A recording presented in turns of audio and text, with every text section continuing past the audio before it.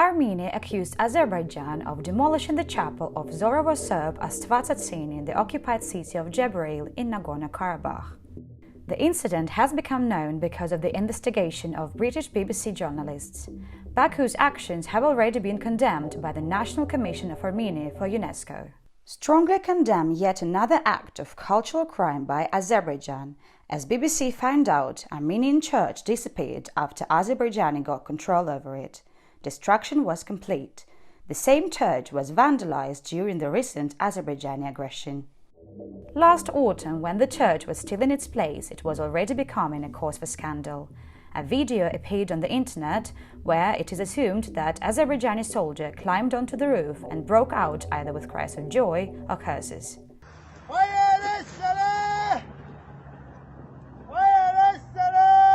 Yerevan accused Baku of flagrant violation of international law.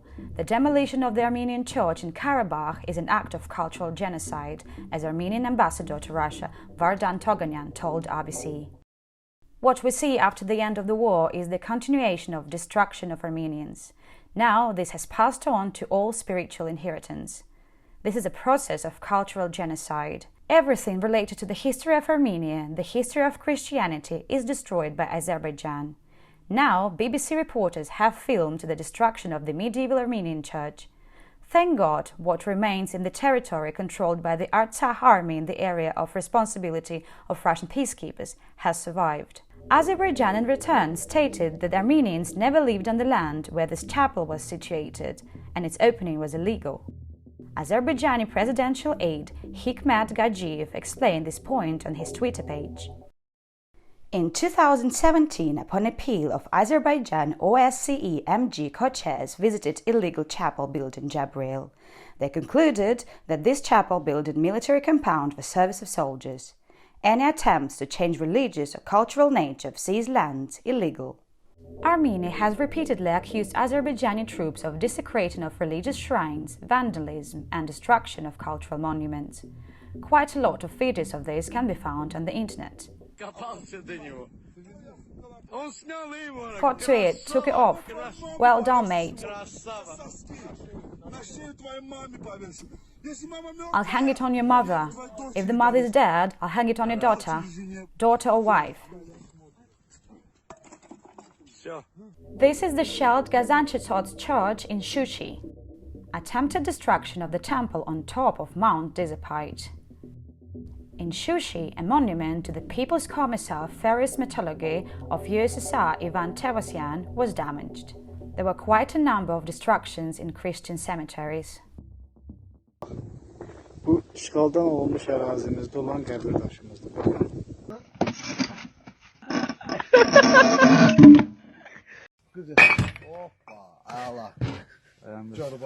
Exactly 10 days after the signing of ceasefire agreement on November 10, 2020, the President of Russia, Putin, advocated the involvement of international humanitarian organizations in the protection of the history and culture of Karabakh.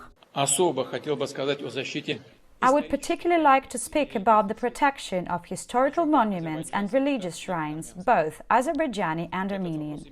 This issue has an important moral, human determination. I believe that the involvement of UNESCO is rather needed here.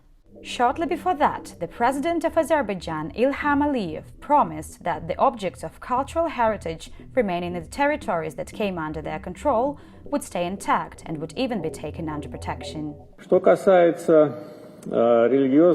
As for religious monuments, we protect them, the state protects, reconstructing them.